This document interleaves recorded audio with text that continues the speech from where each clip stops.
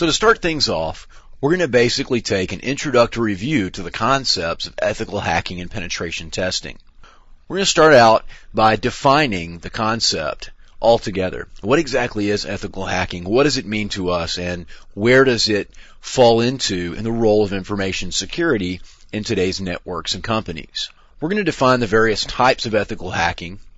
We're also going to talk about the responsibilities of an ethical hacker. In other words, what you should and should not do and what steps you should take to make sure that you handle your job in a responsible and professional manner.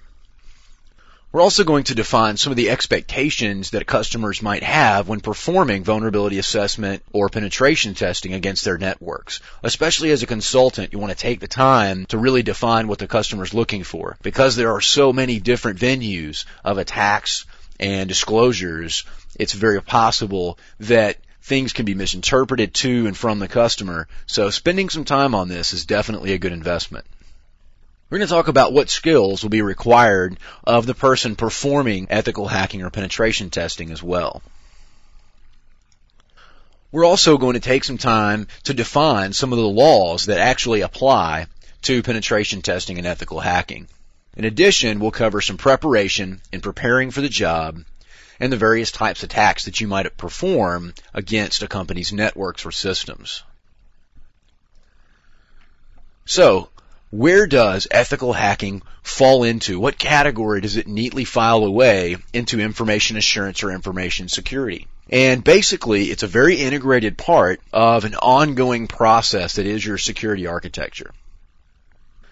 The definition of ethical hacking can mean many different things, but we're going to define it here as being the art and science of understanding and determining vulnerabilities inside your information infrastructure. We want to be able to defend against attacks. That's the primary goal here. And the idea behind ethical hacking is we want to put ourselves in the hacker's shoes. We want to be able to see what they see, do what they do, and by doing that should gain a better in-depth understanding of how we can defend ourselves against those hackers. History has shown us that hackers have always been several steps ahead of network security professionals, and that being for a couple of reasons. Usually, your people that are in corporate information security don't have the background in being a script kiddie or spending some time on the internet doing some malicious things or really understanding how attacks take place. So what you're going to find is understanding the attack methodologies and the attack venues available, then you can better lock your network down and defend or mitigate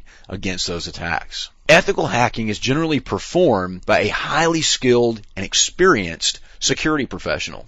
Now, there's been some controversy in the past about whether you should hire convicted felons that are hackers to be security professionals. And without getting into a lot of the detail involved there, the most important thing to remember here is that above all else, even above skill, these must be professional and ethical security professionals. People that have the self-control to find these exploits and responsibly disclose how they work and what problems they might bring with them.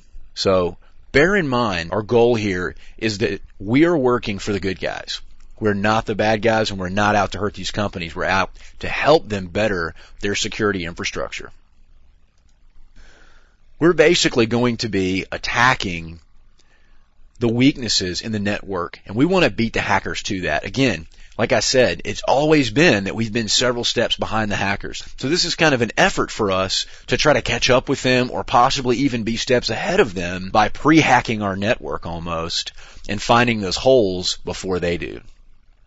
We're going to rely on the exact same techniques and tools that were developed from people out there in the trenches performing live hacks against companies. So this has been studied and reviewed and ultimately implemented as a methodology using similar tools and techniques as what hackers would use. So we want to find these holes, find these weaknesses in these various exploits and vulnerabilities, and we want to protect ourselves against them by either mitigation, risk management, or overall network defense in depth. So this should give you a pretty good idea about what you should be looking for when you're looking to get into the process of ethical hacking. So knowing the definition is definitely a valuable asset. Knowing what you're there for and what the role you're going to play in the large scope of information security.